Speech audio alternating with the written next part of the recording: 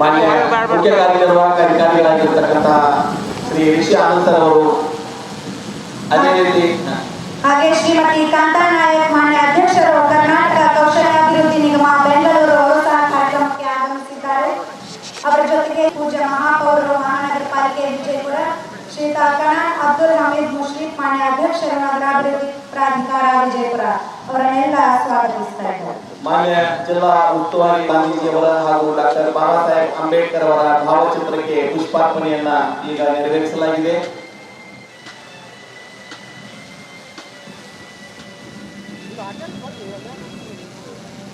ಯಾಕೆ ನೀವು ಇವ್ರ ನಡುವೆ ಬಂದಾರ ಹಿಂದಿಗೆ ತಗೋರಿ. ಧ್ವಜಾರೋಹಣ ಡಾಕ್ಟರ್ ಎಂ.ಬಿ. ಪಾಟೀಲ್ ಮಾನ್ಯ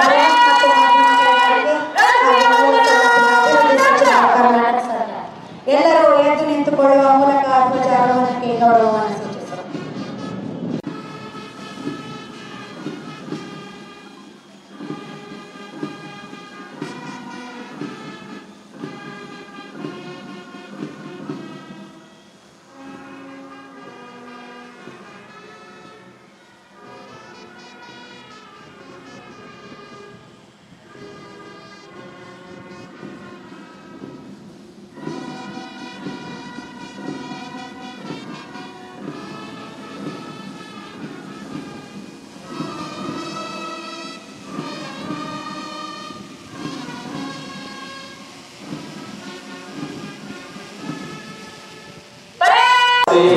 ಜಯ ಸುಂದರ ಜೀವನಗಳ ನಾಡಿ, ಜಯ ವೀರ ಋಷಿಗಳ ಬೀಡೆ, ಭೂದೇವಿಯ ಮಕುಟದ ನವಮಣಿಯೇ, ಚಂದದ ಚಂದದ ಮಣ್ಣಿನ ಗಣಿಯೇ, ರಾಘವ ಮನಸೂದನರವ ಧರಿಸಿದ ಭಾರತ ಜನನಿಯ ತನುಜಾತೆ, ಜನನಿಯ ಜೋಗುಳ ವೇದದ ಘೋಷ, ಜಗವು ನಿನ್ನಾವೇಶ, ಹಸುರಿನ ಗಿರಿಗಳ ಸಾಲೆ, ನಿರ್ಣಯ ಕೊರಳಿನ ಮಾಲೆ, ಕಪಿಲ ಪತಂಜಲ ಗೌತಮ ಜನನುತ ಭಾರತ ಜನ ಜಗಡರ ನೆಚ್ಚಿನ ವೀರ, ಕೃಷ್ಣ ಶರಾವತಿ ತುಂಗ, ಕಾವೇರಿಯವರ ರಂಗ, ಚೈತನ್ಯ ಪರಮಹಂಸ ವಿವೇಕ, ಭಾರತ ಜನನಿಯ ತನುಜಾತೆ, ಸರ್ವ ಜನಾಂಗದ ಶಾಂತಿಯ ತೋಟ, ರಸಿಕರ ಮಂಗಳ ಚೆಳೆಯುವ ನೋಟ, ಸುಜಾತೆ, ಜಯ ಹೇ ಕರ್ನಾಟಕ ಮಾತೆ, ಜಯ ಹೇ ಕರ್ನಾಟಕ ಮಾತೆ, ಜಯ ಹೇ ಕರ್ನಾಟಕ. ಎಲ್ಲರಿಗೂ ಧನ್ಯವಾದಗಳು.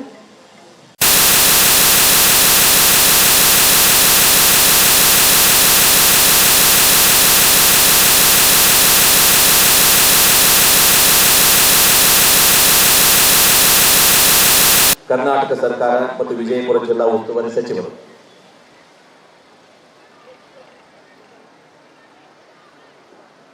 ಮಾರ್ಗದರ್ಶನದಲ್ಲಿ ಅಗ್ನಿಶಾಮಕ ಇಲಾಖೆಯ ಶ್ರೀ ಉಮೇಶ್ ಕಳಕೇರಿ ASI ಅವರ ಒಂದು ಮಾರ್ಗದರ್ಶನದಲ್ಲಿ, ಸೈನಿಕ ಶಾಖರವರ ಮಾರ್ಗದರ್ಶನದಲ್ಲಿ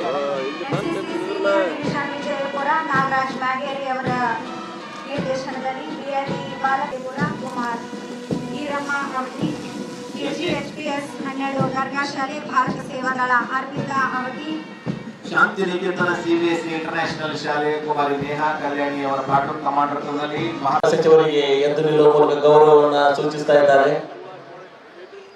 ನಮ್ಮ ಎಲ್ಲ ತಂಡಗಳನ್ನ ಬಹಳ ಪ್ರೀತಿಯಿಂದ ವೀಕ್ಷಿಸಿಕೊಂಡು ವೇದಿಕೆ ಹತ್ತಿರ ಆಗಮಿಸ್ತಾ ಇದ್ದಾರೆ.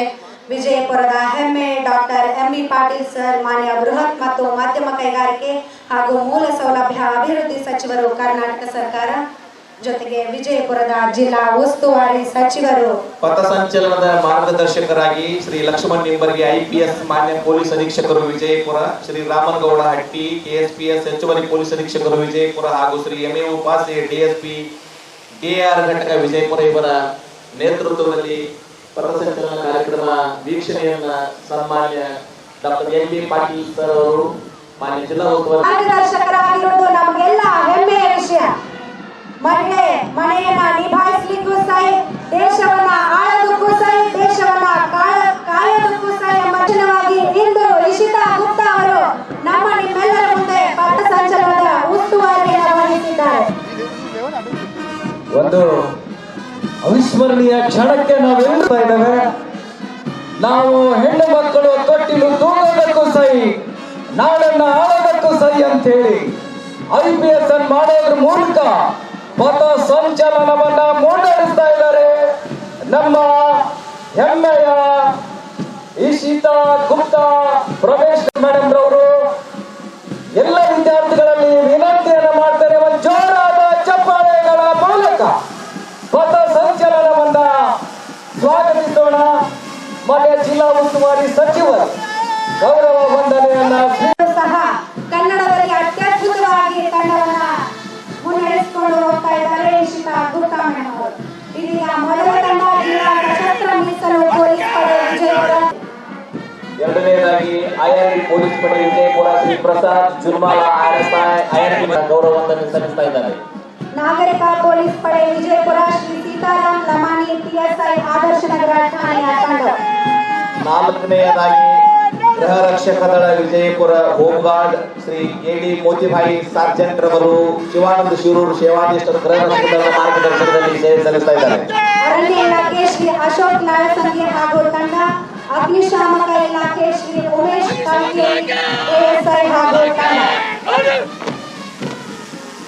ಹಾಗೆಯೇ ನಮ್ಮ ವಿಜಯಪುರದ ಹೆಮ್ಮೆಯ ಶಾಲೆ ಸೈನಿಕ ಶಾಲೆ ವಿಜಯಪುರದ ಕುಮಾರ್ ಪ್ರಶಾಂತ್ ಕುಮಾರ್ ಅವರ ಒಂದು platoon commander. Division Vijayapura Nagaraj Nageri ಅವರ ತಂಡ, ಹವಾಲ್ದಾರ್ ಶಂಕರ್ ಪಾಟೀಲ್ ಅವರ ಮಾರ್ಗದರ್ಶನದಲ್ಲಿ. ಹಾಗೆಯೇ BLD ಬಾಲಕಿಯರ ಪ್ರೌಢಶಾಲೆ ವಿಜಯಪುರ ಕುಮಾರಿ ಈರಮ್ಮ ಔಟಿ ಅವರ ಅರುಣಾ ಮಾಲಿಂಪುರ ಅವರ ಮಾರ್ಗದರ್ಶನದಲ್ಲಿ ಮಾನ್ಯ ಸಚಿವರಿಗೆ ಗೌರವ ವಂದನೆಯನ್ನು ಸಲ್ಲಿಸ್ತಾ ಇದ್ದಾರೆ. KGHPS 12 ದರ್ಗಾ ಶಾಲೆಯ ಭಾರತ ಸೇವಾ ದಳದ ಮಕ್ಕಳು ಕುಮಾರಿ ಅರ್ಪಿತಾ ಅವಟಿ ಅವರ ತಂಡ, ಶ್ರೀಮತಿ MM ದರ್ಶನದಲ್ಲಿ. ಅತ್ಯಂತ ಶಿಸ್ತುಬದ್ಧವಾಗಿ ಶಾಂತಿನಿಕೇತನ CBSE ಇಂಟರ್ನ್ಯಾಷನಲ್ ಶಾಲೆ ಕುಮಾರಿ ನೇಹಾ ಕಲ್ಯಾಣಿ ಅವರ ಒಂದು ತಂಡ, ಶ್ರೀ ಅನಿಲ್ ಕುಮಾರ್ ಅವರ ಮಾರ್ಗದರ್ಶನದಲ್ಲಿ ಮಾನ್ಯರಿಗೆ ಗೌರವ ವಂದನೆಯನ್ನು ಸಲ್ಲಿಸ್ತಾ ಇದ್ದಾರೆ. ಮಹಾತ್ಮ ಗಾಂಧಿ ಪ್ರೌಢಶಾಲೆ ವಿಜಯಪುರ ಭಾರತ ಮಕ್ಕಳು ಕುಮಾರ್ ಅಥರ್ವ ಬೋಳ್ ಅವರ ತಂಡ, ಶ್ರೀ SF ಚೌಹಾಣ್ ಅವರ ಮಾರ್ಗದರ್ಶನದಲ್ಲಿ. ಸರ್ಕಾರಿ ಹೆಣ್ಣು ಮಕ್ಕಳ ಮಾದರಿ ಪ್ರಾಥಮಿಕ ಶಾಲೆಯ ತೋರಿನವರು ಕುಮಾರಿ ಸಂಜನಾ ಭೋವಿ ಅವರ ತಂಡ, ಡಾಕ್ಟರ್ ನಂದಾ ತಿಕೋಟಿ ಅವರ ಒಂದು ಮಾರ್ಗದರ್ಶನದಲ್ಲಿ ಗೌರವ ವಂದನೆ ಸಲ್ಲಿಸ್ತಾ ಇದ್ದಾರೆ. ಶ್ರೀ ರುಕ್ಮಾಂಗದ ಪ್ರಾಥಮಿಕ ಶಾಲೆ ವಿಜಯಪುರ ಕುಮಾರ್ ಚೇತನ್ ಪಡ್ಗಾನೂರ್ ಅವರ ತಂಡ, ಶ್ರೀ LK ಕುಲಕರ್ಣಿ ಅವರ ಮಾರ್ಗದರ್ಶನದಲ್ಲಿ.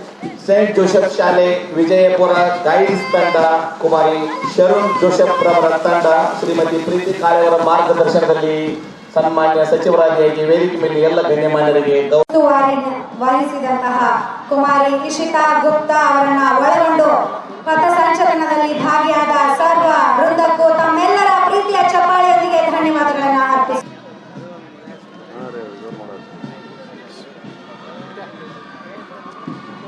ಬಹಳ ಶಿಸ್ತಿನಿಂದ ಅಚ್ಚುಕಟ್ಟಾಗಿ ಇಂದು ಗಣರಾಜ್ಯೋತ್ಸವದ ದಿನಾಚರಣೆಯ ನಿಮಿತ್ತ ಭಾರತ ರತ್ನ ಡಾಕ್ಟರ್ BR ಅಂಬೇಡ್ಕರ್ ಕ್ರೀಡಾಂಗಣದಲ್ಲಿ ಕಾಯಕವೇ ಕೈಲಾಸ ಎಂದು ಜಗತ್ತಿಗೆ ಸಾರಿದ ಕರ್ನಾಟಕದ ಸಾಂಸ್ಕೃತಿಕ ನಾಯಕ ಜಗಜ್ಯೋತಿ ಅಣ್ಣ ಬಸವಣ್ಣನವರಿಗೆ ಶತಮಾನದ ಸಂತ ನಡೆದಾಡುವ ದೇವರು ಜ್ಞಾನದಾಶ್ರಮದ ಪರಮ ಪೂಜ್ಯ ಶ್ರೀ ಸಿದ್ದೇಶ್ವರ ಸ್ವಾಮೀಜಿಗಳಿಗೆ ಭಕ್ತಿಯ ನಮನಗಳನ್ನು ಸಲ್ಲಿಸುತ್ತೇನೆ. ಬಸವನಾಡಿನ ಬಂಧುಗಳೇ, ಮತ್ತೊಮ್ಮೆ ಎಲ್ಲರಿಗೂ ಗಣರಾಜ್ಯೋತ್ಸವದ ಶುಭಾಶಯಗಳು. ಶಿಕ್ಷಣ, ಸಂಘಟನೆ ಮತ್ತು ಹೋರಾಟ ಎಂಬ ಆಸ್ತ್ರಗಳಿಂದ ಸರ್ವರಿಗೂ ಸಮಪಾಲು ಎಂದು ತತ್ವವನ್ನು ಎತ್ತಿ ಹಿಡಿದು ಭಾರತದ ಪ್ರಬುದ್ಧತೆಯ ಕಡೆ ಕೊಂಡೊಯ್ಯಲು ಪ್ರಯತ್ನಿಸಿದ ಭಾರತ ರತ್ನ ಸಂವಿಧಾನ ಶಿಲ್ಪಿ ಡಾಕ್ಟರ್ ಬಾಬಾ ಸಾಹೇಬ್ ಅಂಬೇಡ್ಕರ್ ಅವರ ಕ್ರೀಡಾಂಗಣದಲ್ಲಿ 77ನೇ ಗಣರಾಜ್ಯೋತ್ಸವ ಸಮಾರಂಭದಲ್ಲಿ ಪಾಲ್ಗೊಂಡಿರುವ ಜಿಲ್ಲೆಯ ಸಮಸ್ತ ಗೌರವಾನ್ವಿತ ಹಿರಿಯ ನಾಯಕರೇ, ಸ್ವಾತಂತ್ರ್ಯ ಸೇನಾನಿಗಳೇ, ಇಂದಿನ ಶುಭ ಸಮಾರಂಭದ ಅಧ್ಯಕ್ಷತೆ ವಹಿಸುವ ವಿಜಯಪುರ ನಗರದ ಮಾನ್ಯ ಶಾಸಕರೇ, ಇಲ್ಲಿ ನೆರೆದಿರುವ ಎಲ್ಲ ಗಣ್ಯಮಾನ್ಯರೇ, ಮಹಿಳೆಯರೇ, ಮಾತೆಯರೇ, ಸಹೋದರರೇ, ಪ್ರಮುಖವಾಗಿ ಮುದ್ದಿನ ಮಕ್ಕಳೇ, ಎಲ್ಲ ಇಲಾಖೆಯ ಅಧಿಕಾರಿಗಳೇ, ನೌಕರ ವರ್ಗದ ಬಂಧುಗಳೇ ಹಾಗೂ ಮಾಧ್ಯಮದ ಸ್ನೇಹಿತರೆ, ನಮ್ಮೆಲ್ಲರಿಗೂ 77ನೇ ವರ್ಷದ ದಿನೋತ್ಸವದ ಶುಭಾಶಯಗಳು. 1950 ಜನವರಿ 26ರಂದು ನಮ್ಮ ರಾಷ್ಟ್ರವು ಪ್ರಜಾಸತ್ತಾತ್ಮಕ ಗಣತಂತ್ರ ವ್ಯವಸ್ಥೆಯನ್ನು ಅಳವಡಿಸಿಕೊಂಡು, ಇದರಿಂದಾಗಿ ಭಾರತವು ವಿಶ್ವದ ಅತಿ ದೊಡ್ಡ ಪ್ರಜಾಪ್ರಭುತ್ವ ರಾಷ್ಟ್ರವಾಯಿತು. ಸ್ವಾತಂತ್ರ್ಯ ನಂತರ ಭಾರತವು ಜನರಿಂದ ಜನರಿಗಾಗಿ ಜನರಿಗೋಸ್ಕರ ಇರುವ ಪ್ರಾತಿನಿಧಿಕ ಪ್ರಜಾಪ್ರಭುತ್ವವನ್ನು ಅಳವಡಿಸಿಕೊಂಡಿದೆ. ಪ್ರಜಾಪ್ರಭುತ್ವವು ತನ್ನ ನಾಗರಿಕೆ ಸ್ವಾತಂತ್ರ್ಯ, ಸಮಾನತೆ ಮತ್ತು ಸ್ವಾಯತ್ತ ನೀಡುತ್ತದೆ. ಜನರನ್ನು ಆಡಳಿತದಲ್ಲಿ ಭಾಗವಹಿಸಲು ಪ್ರೋತ್ಸಾಹಿಸುತ್ತದೆ ಮತ್ತು ಸರ್ಕಾರದ ಜವಾಬ್ದಾರಿಯನ್ನು ಹೆಚ್ಚಿಸುತ್ತದೆ. ಇದು ಪ್ರತಿಯೊಬ್ಬ ವ್ಯಕ್ತಿಯ ಘನತೆಯನ್ನು ಎತ್ತಿ ಹಿಡಿಯುತ್ತದೆ, ಹಕ್ಕುಗಳನ್ನು ರಕ್ಷಿಸುತ್ತದೆ ಮತ್ತು ಭಿನ್ನಾಭಿಪ್ರಾಯಗಳನ್ನ ಹಿಂಸೆ ಇಲ್ಲದೆ ಬಗೆಹರಿಸಿಕೊಳ್ಳಲು ವೇದಿಕೆಯನ್ನು ನೀಡುತ್ತದೆ. ಹೀಗಾಗಿ ಪ್ರಜಾಪ್ರಭುತ್ವವು ನಾಗರಿಕ ಹಕ್ಕುಗಳನ್ನು ಗೌರವಿಸುವ, ಪ್ರಗತಿಯನ್ನು ಉತ್ತೇಜಿಸುವ ಮತ್ತು ಜನರನ್ನ ಸಶಕ್ತಗೊಳಿಸುವ ಆಡಳಿತದ ವ್ಯವಸ್ಥೆ ಆಗಿದೆ. ಇಂತಹ ಅರ್ಥಪೂರ್ಣವಾದಂತಹ ವ್ಯವಸ್ಥೆಯನ್ನು ಅಳವಡಿಸಿಕೊಂಡ ಭಾರತೀಯರಾದ ನಾವೆಲ್ಲರೂ 77ನೇ ಗಣರಾಜ್ಯ ದಿನೋತ್ಸವನ ದೇಶಾದ್ಯಂತ ಸಂತೋಷ, ಸಂಭ್ರಮ ಮತ್ತು ಸಡಗರದಿಂದ ಆಚರಿಸುತ್ತಿದ್ದೇವೆ. 21ನೇ ಶತಮಾನವು ಕಂಡ ಅದ್ವಿತೀಯ ಕಾನೂನು ಪಂಡಿತ, ಮೇಧಾವಿ ರಾಜನೀತಿ ತಜ್ಞ, ಭಾರತ ರತ್ನ ಸಂವಿಧಾನ ಶಿಲ್ಪಿ ಡಾಕ್ಟರ್ ಬಾಬಾ ಸಾಹೇಬ್ ಅಂಬೇಡ್ಕರ್ ಅವರು ಜಗತ್ತಿನ ಪ್ರಮುಖ ರಾಷ್ಟ್ರದ ಸಂವಿಧಾನಗಳನ್ನ ಆಳವಾಗಿ ಅಧ್ಯಯನ ಮಾಡಿ, ವೈಜ್ಞಾನಿಕವಾಗಿ ವಿಶ್ಲೇಷಿಸಿ, ತಾರ್ಕಿಕ ಚಿಂತನೆಗಳಿಂದ ಕೂಡಿದ ಸಾಮಾಜಿಕ, ಸಾಂಸ್ಕೃತಿಕ, ಸಾಂಪ್ರದಾಯಿಕ ಚೌಕಟ್ಟುಗಳನ್ನು ನಿರ್ಣಯಿಸಿ ಸರ್ವಕಾಲಕ್ಕೂ ಸರಿಹೊಂದುವ ಸರ್ವಶ್ರೇಷ್ಠ ಕಾನೂನು ಗ್ರಂಥ ಸಂವಿಧಾನವನ್ನು ರೂಪಿಸಿರುತ್ತಾರೆ. ಪ್ರಜಾಪ್ರಭುತ್ವದಲ್ಲಿ ಸಂವಿಧಾನವು ಅತ್ಯಂತ ಮಹತ್ವದಾಗಿದೆ. ಯಾಕಂದ್ರೆ ಇದು ಸರ್ಕಾರದ ಮೂಲಭೂತ ಚೌಕಟ್ಟನ್ನು ನೀಡಿ ಅಧಿಕಾರವನ್ನು ನೀಡಿರುತ್ತದೆ, ನಾಗರಿಕ ಹಕ್ಕುಗಳನ್ನು ಮತ್ತು ಕರ್ತವ್ಯಗಳನ್ನು ರಕ್ಷಿಸುತ್ತದೆ, ಕಾನೂನಿನ ಆಳ್ವಿಕೆಯನ್ನು ಸ್ಥಾಪಿಸುತ್ತದೆ, ರಾಷ್ಟ್ರೀಯ ಏಕತೆ ಮತ್ತು ಸಾಮಾಜಿಕ ನ್ಯಾಯನ ಉತ್ತೇಜಿಸುವ ಮೂಲಕ ಪ್ರಜಾಪ್ರಭುತ್ವದ ಯಶಸ್ಸಿಗೆ ಭದ್ರವಾದ ಅಡಿಪಾಯವನ್ನು ಹಾಕುತ್ತದೆ. ನಮ್ಮ ದೇಶದಲ್ಲಿಯೇ ಅತ್ಯಂತ ಪವಿತ್ರವಾದ ಗ್ರಂಥವೆಂದೇ ಕರೆಯಲ್ಪಡುವ ಸಂವಿಧಾನವನ್ನು ಈ ದೇಶದ ಸುಭದ್ರ ಆಡಳಿತ ವ್ಯವಸ್ಥೆಗೆ ಕಾಣಿಕೆಯಾಗಿರುವ ನೀಡುವುದರಿಂದ ಸಂವಿಧಾನ ಶಿಲ್ಪಿ ಡಾಕ್ಟರ್ ಬಾಬಾ ಸಾಹೇಬ್ ಅಂಬೇಡ್ಕರ್ ಅವರಿಗೆ ಮನಪೂರ್ವಕವಾದ ಗೌರವವನ್ನು ಅರ್ಪಿಸಲು ನನಗೆ ಹೆಮ್ಮೆ ಅನಿಸುತ್ತದೆ.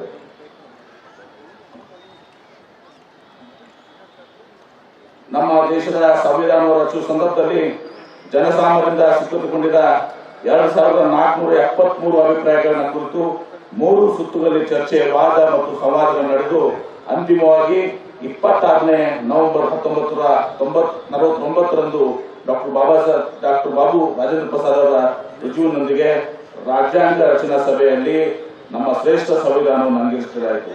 ಈ ಮಹಾನ್ವಿತ ಕಾರ್ಯದಲ್ಲಿ ಪ್ರತ್ಯಕ್ಷವಾಗಿ ಮತ್ತು ಅಪರೋಕ್ಷವಾಗಿ ಭಾಗವಹಿಸಿ ವೈಚಾರಿಕ ಕಣಕ್ಕೆ ನೀಡಿದ ಪಂಡಿತ ಜವಾಹರ್ಲಾಲ್ ನೆಹರು ಅವರು, ಸರ್ದಾರ್ ವಲ್ಲಭಭಾಯಿ ಪಟೇಲ್, ಅಬ್ದುಲ್ ಕಲಾಂ ಆಜಾದ್, ವಿಜಯಲಕ್ಷ್ಮಿ ಪಂಡಿತ್, ಸರೋಜಿನಿ ನಾಯ್ಡು ಅವರು, ಸುಚೇತಾ ಕೃಪಲಾನಿ ಕನ್ನಡಿಗ, ಬೆನಗಲ್ ನರಸಿಂಗರಾವ್, ಶ್ರೀಮತಿ ಹಂಸ್ ಮೆಹ್ತಾ, ಶ್ರೀಮತಿ ರಾಜ್ಕುಮಾರ್ ಅಮೃತ್ ಕೌರ್, ಟಿ ಕೃಷ್ಣಮಾಚಾರಿ, ಅಲ್ಲಾಡಿ ಕೃಷ್ಣಸ್ವಾಮಿ ಅಯ್ಯರ್, ಕೆ.ಎನ್. ಮುನ್ಜಿ, ಗೋಪಾಲ ಸ್ವಾಮಿ ಅಯ್ಯಂಗಾರ್, ಗೋವಿಂದ ವಲ್ಲಭ್ ಪಂತ್, ಎಚ್.ಎನ್. ಕುಂಜು, ಎಚ್.ಎಸ್. ಗೌರ್, ಕೆ.ವಿ. ಶಾ ಮತ್ತು ಡಾಕ್ಟರ್ ಸಚ್ಚಿದಾನಂದ ಸಿನ್ಹಾ ಮುಂತಾದವರು ಈ ವೇದಿಕೆಯ ಮೂಲಕ ಗೌರವವನ್ನು ಅರ್ಪಿಸುತ್ತೇನೆ.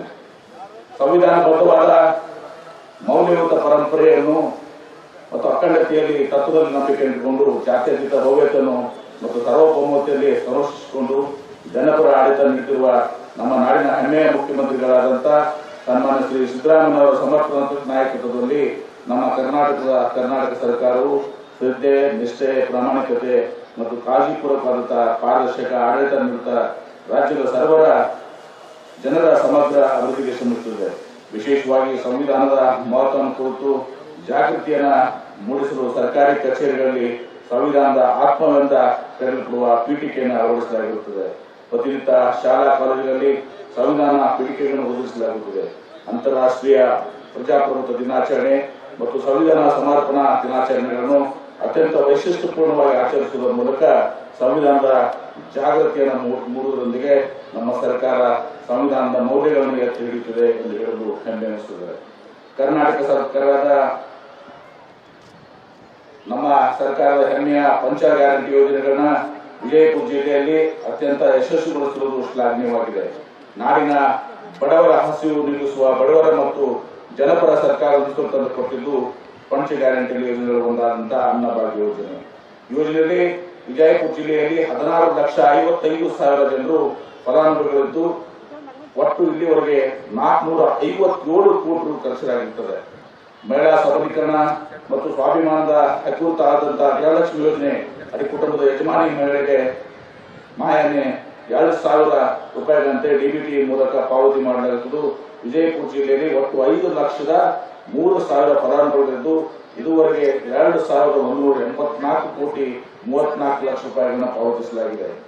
Golden book of world record certificate of excellence ಪುರಸ್ಕಾರಕ್ಕೆ ಭಾಜನವಾಗುವ ಮೂಲಕ ದೇಶದಲ್ಲಿ ವಿಶೇಷ ಮನ್ನಣೆ ಪಾತ್ರರಾದವರ ಶಕ್ತಿ ಯೋಜನೆ ಪಂಚ ಗ್ಯಾರಂಟಿ ಯೋಜನೆಯಲ್ಲಿ ವಿಶಿಷ್ಟ ಪೂರ್ಣವಾಗಿದೆ. ವಿಜಯಪುರ ಜಿಲ್ಲೆಯಲ್ಲಿ ಒಟ್ಟು 17 ಕೋಟಿ 34 ಲಕ್ಷ ಮಹಿಳಾ ಪ್ರಯಾಣಿಕರು ಪ್ರಯಾಣಿಸಿದ್ದು ಒಟ್ಟು 584 ಕೋಟಿ 51 ಲಕ್ಷ ರೂಪಾಯಿಗಳು ವೆಚ್ಚ ಭರಿಸಲಾಗಿದೆ.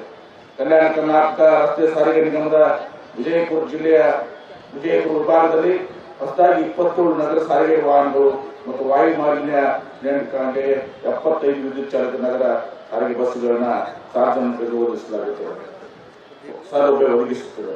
ಸಿಂದಗಿಯ ಬಸ್ ನಿಲ್ದಾಣಕ್ಕೆ ಶ್ರೀ ಚನ್ನವೀರ ಮಹಾಸ್ವಾಮಿಗಳು, ದೇವರಪುರಿಗೆ ಬಸ್ ನಿಲ್ದಾಣಕ್ಕೆ ಮಡಿವಾಳ ಮಾಚಿದೇವರು ಹಾಗೂ ವಿಜಯಪುರ ಕೇಂದ್ರ ಬಸ್ ನಿಲ್ದಾಣಕ್ಕೆ ವೀರರಾಣಿ ಕಿತ್ತೂರು ಚೆನ್ನಮ್ಮ ನಾಮಕರಣ ಮಾಡಿದ್ದು ಐತಿಹಾಸಿಕ ಕ್ಷಣಗಳ ಸಾಕ್ಷಿಯಾಗಿದೆ. ಗೃಹಜ್ಯೋತಿ ಯೋಜನೆಯು ಪ್ರತಿ ಕುಟುಂಬಕ್ಕೆ ಪ್ರತಿ ತಿಂಗಳು ಗರಿಷ್ಠ 200 ಯೂನಿಟ್ಗಳು ವಿದ್ಯುತ್ತನ್ನು ಉಚಿತವಾಗಿ ನೀಡುವ ಯೋಜನೆಗಳಾಗಿದ್ದು ಇದರಿಂದ 4,49,000 ಜನರು ಫಲಾನುಭವಿಗಳಾಗಿದ್ದು ಒಟ್ಟು 521 ಕೋಟಿ 37 ಲಕ್ಷ ವೆಚ್ಚವಾಗುತ್ತದೆ. ಅನ್ನದಾತ ಸುಖೀಭವ ಎನ್ನುವ ಕೃತಿಯಿಂದ ಮುಖ್ಯವಾದ ರೈತರ ಹಿತಾಸಕ್ತಿಯನ್ನು ಕಾಪಾಡಲು ಹಗಲಿನಲ್ಲಿ 7 ಗಂಟೆಗಳ ಕಾಲ 3 ಫೇಸ್ ವಿದ್ಯುತ್ತನ್ನು ಪ್ರತಿನಿತ್ಯ ನೀಡುವ ಉದ್ದೇಶದೊಂದಿಗೆ ಅಸ್ಸಾಂ ವಿಜಯಪುರದಿಂದ ಅರ್ಜುನ್ಗಿ, ಹಡಗಲಿ, ಕಾಕಂಡ್ಕಿ, ಬೈರುನ್ಗಿ, ಉಂಬರಾಜ್, ಕಣಕಾಲ್, ದಿಂಡವಾರ ಗ್ರಾಮದಲ್ಲಿ 110/11 kV ವಿದ್ಯುತ್ ಕೇಂದ್ರಗಳನ್ನು ಕಾರ್ಯನಿರ್ವಹಿಸಲಾಗಿದೆ. ಗಂಗಾ ಕರ್ಮ ಯೋಜನೆಗೆ ಸುಮಾರು 610 ರೈತರ ಜಮೀನುಗಳಲ್ಲಿ 555 ಕೊಳೆಬಾವಿಗಳಲ್ಲಿ 18 ಕೋಟಿ ರೂಪಾಯಿ ವೆಚ್ಚದಲ್ಲಿ ವಿದ್ಯುತ್ ಸಂಪರ್ಕವನ್ನು ಕಲ್ಪಿಸಲಾಗಿದೆ. ಯುವ ನಿಧಿ ಯೋಜನೆ ಅಡಿ ಡಿಪ್ಲೊಮಾ ಮತ್ತು ಪದವಿ ಮುಗಿಸಿದಂತಹ ಯುವಕರಿಗೆ ಕ್ರಮವಾಗಿ 1,500 ಮತ್ತು 3,000 ರೂಪಾಯಿ ಪ್ರತಿ ತಿಂಗಳು ಹಣ ಪಾವತಿಸುವ ಯೋಜನೆಯಾಗಿದ್ದು ಇದುವರೆಗೆ ವಿಜಯಪುರ ಜಿಲ್ಲೆಯಲ್ಲಿ 23,062 ವಿದ್ಯಾರ್ಥಿಗಳಿಗೆ ಫಲಾನುಭವಿಗಳಾಗಿದ್ದು ಒಟ್ಟು 41 ಕೋಟಿ 19 ಲಕ್ಷ ವೆಚ್ಚ ಭರಿಸಲಾಗಿದೆ. ಹೀಗೆ ಪಂಚ ಗ್ಯಾರಂಟಿ ಯೋಜನೆಗಳಲ್ಲಿ ವಿಜಯಪುರ ಜಿಲ್ಲೆಯಲ್ಲಿ ಒಟ್ಟು 3,788 ಕೋಟಿ 44 ಲಕ್ಷ ರೂಪಾಯಿಗಳನ್ನ ಖರ್ಚನ್ನು ಭರಿಸಲಾಗಿದ್ದು ಹೆಮ್ಮೆಯ ವಿಷಯವಾಗಿದೆ.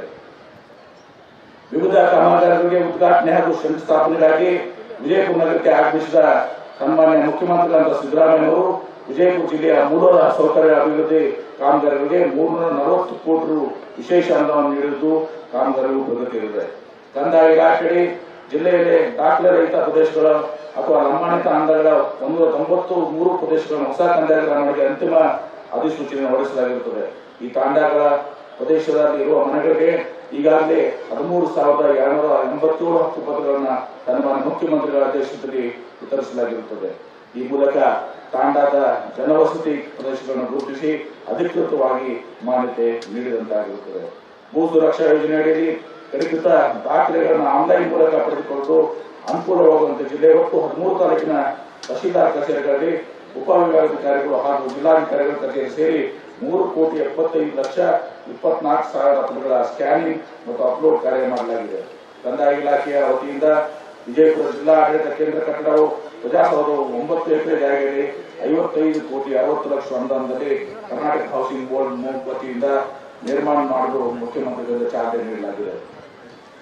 ಮಹಾನಗರ ಪಾಲಿಕೆ ಅಡಿಯಲ್ಲಿ ಸ್ವಚ್ಛತೆಯ ಸೈನಿಕರೆಂದೇ ಕರೆಯಲ್ಪಡುವ ಪೌರ ಕಾರ್ಮಿಕರಿಗೆ ಗೃಹ ಭಾಗ್ಯ ಯೋಜನೆ ಅಡಿಯಲ್ಲಿ ವಿಜಯಪುರ ನಗರದ ಬರಟಗಿ ರಸ್ತೆಯಲ್ಲಿ ಒಟ್ಟು 60 ಪೌರ ಕಾರ್ಮಿಕರಿಗೆ 4 ಕೋಟಿ 95 ಲಕ್ಷ ರೂಪಾಯಿಗಳ ಅನುದಾನದಲ್ಲಿ ವಸತಿ ಸೌಲಭ್ಯ ಕಲ್ಪಿಸಲಾಗಿದೆ.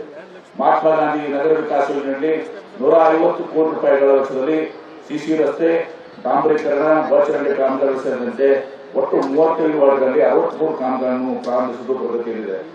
ರಾಷ್ಟ್ರೀಯ ಹಸಿರು ನ್ಯಾಯಮಂಡಳಿ ಎನ್ಜಿಟಿ ಅನುದಾನದಲ್ಲಿ ತ್ಯಾಜ್ಯ ನೀರು ಸಂಸ್ಕರಣೆ ಘಟಕದ ಪುನಶ್ಚೇತನ ಕಾರ್ಯಕ್ರಮವು ಕಾಮಗಾರಿಗಳನ್ನ 35 ಕೋಟಿ ರೂಪಾಯಿ ವೆಚ್ಚದಲ್ಲಿ ಕೈಗೊಂಡಿದ್ದು ಕಾಮಗಾರಿ ಪ್ರಗತಿಯಲ್ಲಿರುತ್ತದೆ. ವಿಜಯಪುರ ನಗರ ಅಭಿವೃದ್ಧಿ ಪ್ರಾಧಿಕಾರ ವತಿಯಿಂದ ಸಂಚಾರ ನಿರ್ವಹಣೆಗಾಗಿ ಪ್ರಮುಖ ವೃತ್ತ ಮತ್ತು ಜಂಕ್ಷನ್ಗಳ ಸುಧಾರಣೆಗಾಗಿ ಮಳೆ ನೀರು ಹರಿಯುವ ಪರಚರಂಡಿ ಕಾಮಗಾರಿಗಾಗಿ ತಿಕೋಟ ತಾಲೂಕಿನ ಹಂಚನಾಳ ಗ್ರಾಮದ ಕೆರೆಯ ಪುನಶ್ಚೇತನ ಹಾಗೂ ಸೌಂದರ್ಯೀಕರಣ ಹಾಗೂ ನಗರದ ಬಾವಿಗಳ ಒಟ್ಟು 34 ಕೋಟಿ 36 ಲಕ್ಷ ಕಾಮಗಾರಿಗಳನ್ನು ಟೆಂಡರ್ ಪ್ರಕ್ರಿಯೆ ಹಂತದಲ್ಲಿದೆ. ಜಿಲ್ಲಾ ಪಂಚಾಯತ್ ವಿಜಯಪುರ ಅಡಿಯಲ್ಲಿ ನರೇಗಾ ಯೋಜನೆಯಲ್ಲಿ 21 ಲಕ್ಷ ಮಾನವರುಗಳನ್ನ ಸೃಜನೆ ಮಾಡಿದ್ದು ಮಹಿಳೆಯರ ಭಾಗವಹಿಸುವಿಕೆ ಪ್ರತಿಶತ 53% ಇರುತ್ತದೆ. ಸದರ ಯೋಜನೆಯಲ್ಲಿ 4300 ಜನ ವಿಶೇಷ ಚೇತನರಿಗೆ ಉದ್ಯೋಗ ಚೀಟಿಗಳನ್ನ ವಿತರಿಸಲಾಗಿದೆ. ಗ್ರಾಮೀಣ ವಸತಿ ಯೋಜನೆ, ಬಸವ ವಸತಿ ಮತ್ತು ಡಾಕ್ಟರ್ ಬಿ.ಆರ್. ಅಂಬೇಡ್ಕರ್ ನಿವಾಸ ಯೋಜನೆ ಅಡಿಯಲ್ಲಿ ಇತ್ತೀಚೆಗೆ 12,475 ಮನೆಗಳ ನಿರ್ಮಾಣ ಗುರಿ ಹೊಂದಿದ್ದು ಈ ಪೈಕಿ 5,248 ಫಲಾನುಭವಿಗಳಿಗೆ ಆಯ್ಕೆ ಮಾಡಲಾಗಿದೆ. ಜಲ್ ಜೀವನ ಮಿಷನ್ ಯೋಜನೆಯಲ್ಲಿ 4 ಹಂತಗಳಲ್ಲಿ 1,000 ಜನರ ವಸತಿಯಲ್ಲಿ 575 ಕೋಟಿ ರೂಪಾಯಿಗಳ ವೆಚ್ಚದಲ್ಲಿ ಕಾಮಗಾರಿಯನ್ನು ಅನುಷ್ಠಾನ ಮಾಡಲಾಗುತ್ತಿದ್ದು ಗ್ರಾಮೀಣ ಭಾಗದ 4 ಲಕ್ಷ ಮನೆಗಳಲ್ಲಿ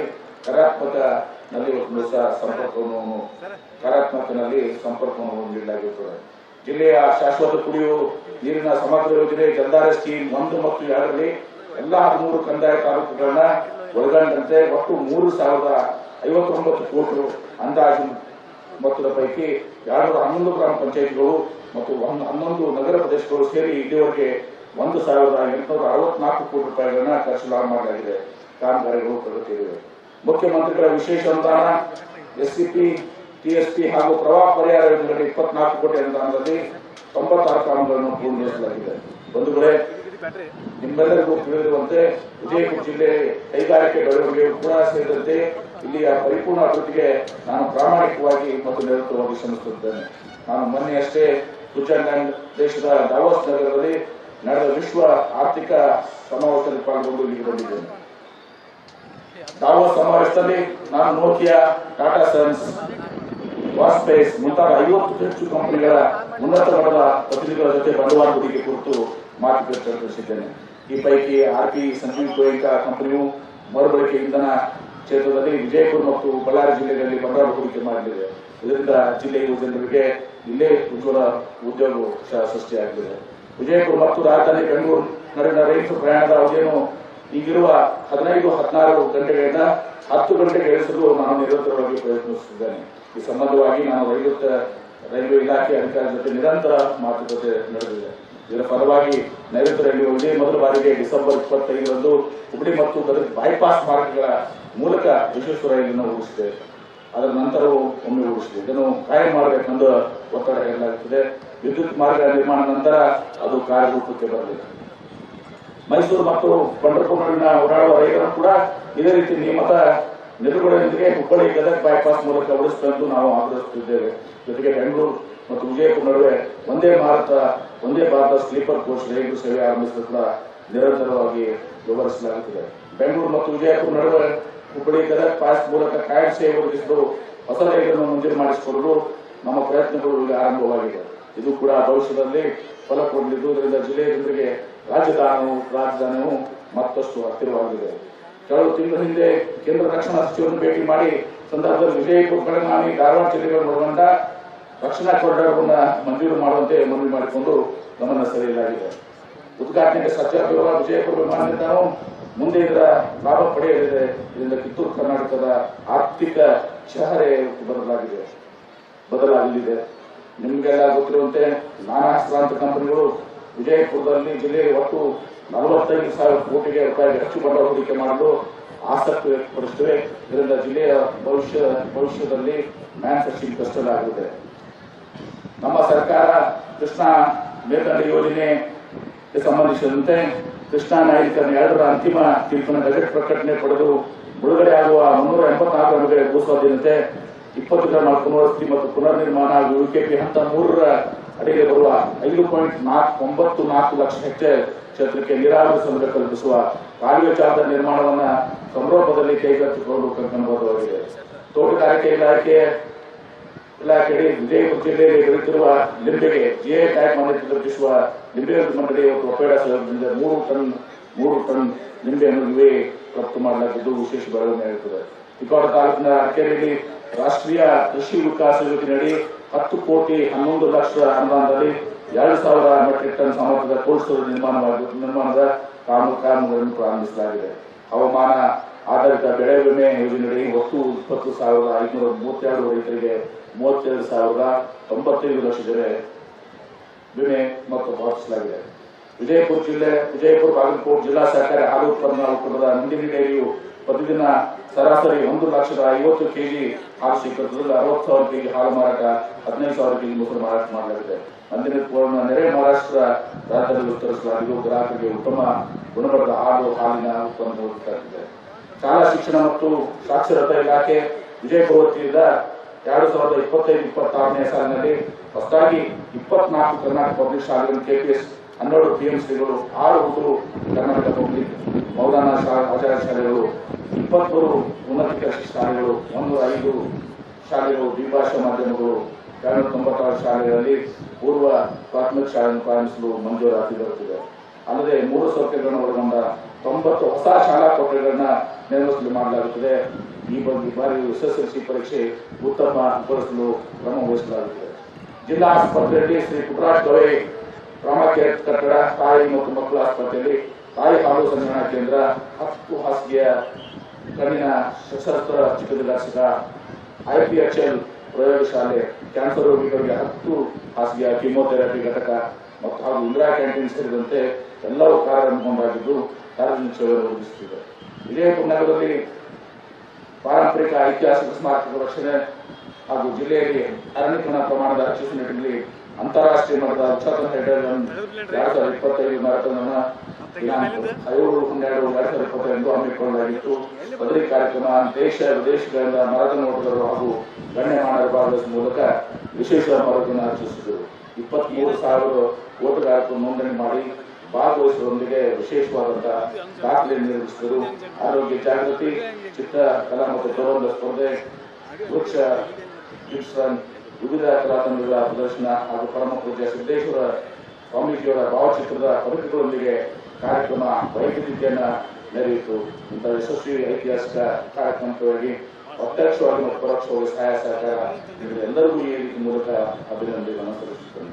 ಸಾಮಾಜಿಕ ಅರಣ್ಯ ವಿಭಾಗದಲ್ಲಿ ರಸ್ತೆ ಬದಿಗೆ ನಡತೋಪುಗಳಲ್ಲಿ 17,715 ಸಸಿಗಳನ್ನ, ನಗರ ಹಸಿರೀಕರಣ ಯೋಜನೆಯಡಿ 34,749 ಸಸಿಗಳನ್ನು, ನರೇಗಾ ಯೋಜನೆಯಡಿ 28,595 ಸಸಿಗಳನ್ನು, ಹಸಿರು ಕರ್ನಾಟಕ ಯೋಜನೆಯಲ್ಲಿ 2,000 ಸಸಿಗಳನ್ನು, ರಾಷ್ಟ್ರೀಯ ಕೃಷಿ ವಿಕಾಸ ಹಜರತ್ ಖಾನ್ ಬಾಬಾ ತಂತ್ರ ಮಂತ್ರದ ಪ್ರಸಿದ್ಧಿ ಪಡೆದ ಮಹಾಗುರುಗಳು. ವಿಜಯಪುರ ನಗರದ ಶ್ರೇಷ್ಠ ಹೆಸರುವಾಸಿಯಾದ ಹಜರತ್ ಖಾನ್ ಬಾಬಾ ನಿಮ್ಮ ಪ್ರತಿಯೊಂದು ಸಮಸ್ಯೆಗಳ ಬಗ್ಗೆ ಖಾತ್ರಿ ಹಾಗೂ ಸಮಾಧಾನ ಪಡೆಯಿರಿ. ಹಜರತ್ ಖಾನ್ ಬಾಬಾ ವಿಜಯಪುರ ನಗರದಲ್ಲಿ ಕಳೆದ 20 ವರ್ಷಗಳಿಂದ ತಮ್ಮ ಸ್ವಂತ ಮನೆ ವಿಳಾಸದಲ್ಲಿದ್ದು ಸಾರ್ವಜನಿಕರ ವೈಯಕ್ತಿಕ ಸಮಸ್ಯೆ, ದೋಷಗಳನ್ನ ಪರಿಹಾರ ಮಾಡುತ್ತಿದ್ದಾರೆ. ಹಜರತ್ ಖಾನ್ ಬಾಬಾ ಸಂತೋಷದ ಸುದ್ದಿ ಕೇಳಿ ಆನಂದ ಆಗಬಹುದು. ಇವರು ಪಿಶಾಚಿ ಮತ್ತು ಭೂತದ ಕಾಟ ಮಾಟ ಮಾಡಿದ್ದು ತೆಗೆಯುತ್ತಾರೆ ಮತ್ತು ಬಹಳ ಕಾಲ ಮಕ್ಕಳಾಗದಿದ್ದರೆ ಹಾಗೂ ದಮ್ಮು, ಹೊಟ್ಟೆ ನೋವು, ಹೆಣ್ಣು ಮಕ್ಕಳ ತೊಂದರೆಗಳು, ಕಾಮಣಿ, ಇಸುಬು ಇವರ ಔಷಧ ಹಾಗೂ ಮಂತ್ರಶಕ್ತಿ, ದಿವ್ಯ ಶಕ್ತಿಯಿಂದ ಹಜರತ್ ಖಾನ್ ಬಾಬಾ ಇವರು ಆರೋಗ್ಯ ಚಿಕಿತ್ಸೆ ನೀಡಿ ನಿಮ್ಮ ಕಷ್ಟ ನೋವುಗಳನ್ನ ದೂರ ಮಾಡಿಕೊಡುತ್ತಾರೆ. ನಿಮ್ಮ ಸಮಸ್ಯೆಗಳಾದ ಮನಸ್ಸಿನ ಇಚ್ಛೆ, ಪ್ರೇಮ ವಿವಾಹ ಸಮಸ್ಯೆ, ನೌಕರಿ ಸಮಸ್ಯೆ, ಪತಿ ಪತ್ನಿಯರ ಸಮಸ್ಯೆ, ಆಸ್ತಿ ವಿಚಾರ, ಮಾಟ ಮಂತ್ರದ ಬಗ್ಗೆ, ಆರೋಗ್ಯ ತೊಂದರೆ, ಗುಪ್ತ ರೋಗಗಳು, ಶತ್ರುಕಾಟ, ಉದ್ಯೋಗ ಸಮಸ್ಯೆ, ಗೃಹ ಸಮಸ್ಯೆ, ಕೋರ್ಟ್ ವಿಚಾರ, ಸಾಲಬಾಧೆ, ಧನ ಸಂಪತ್ತು ಪ್ರಾಪ್ತಿ ಬಗ್ಗೆ, ಸಂತಾನ ಪ್ರಾಪ್ತಿ ಬಗ್ಗೆ, ರೋಗಿಗೆ ಔಷಧ ನಾಟುವ ಬಗ್ಗೆ, ವಿವಾಹ ಸಮಸ್ಯೆ, ವಿದ್ಯೆ ಸೇರಿದಂತೆ ಈ ಎಲ್ಲಾ ಪ್ರತಿಯೊಂದು A to Z ಸಮಸ್ಯೆಗಳ ಬಗ್ಗೆ ಖಾತ್ರಿ ಹಾಗೂ ಸಮಾಧಾನ ಪಡೆಯಿರಿ. ಹಜರತ್ ಖಾನ್ ಬಾಬಾ ಕಳೆದ 2 ದಶಕಗಳಿಂದ ತಮ್ಮ ಸ್ವಂತ ಮನೆ ವಿಳಾಸದಲ್ಲಿದ್ದು ಸಾರ್ವಜನಿಕರ ವೈಯಕ್ತಿಕ ಸಮಸ್ಯೆ, ದೋಷಗಳನ್ನ ಪರಿಹಾರ ಮಾಡುತ್ತಿದ್ದಾರೆ. ನಿಮ್ಮ ಸಮಸ್ಯೆಗಳ ಪರಿಹಾರಕ್ಕೆ ಕರೆ ಮಾಡಿ ಪರಿಹಾರ ಪಡೆದುಕೊಳ್ಳಬಹುದು. Mobile number 9972183841. ಸ್ವಂತ ಮನೆ ವಿಳಾಸ Hazrat Khan Baba, Sainik school, first gate, bus stop, Ibrahim Roza back side, Horti plot, Rahim Nagar, Vijayapura.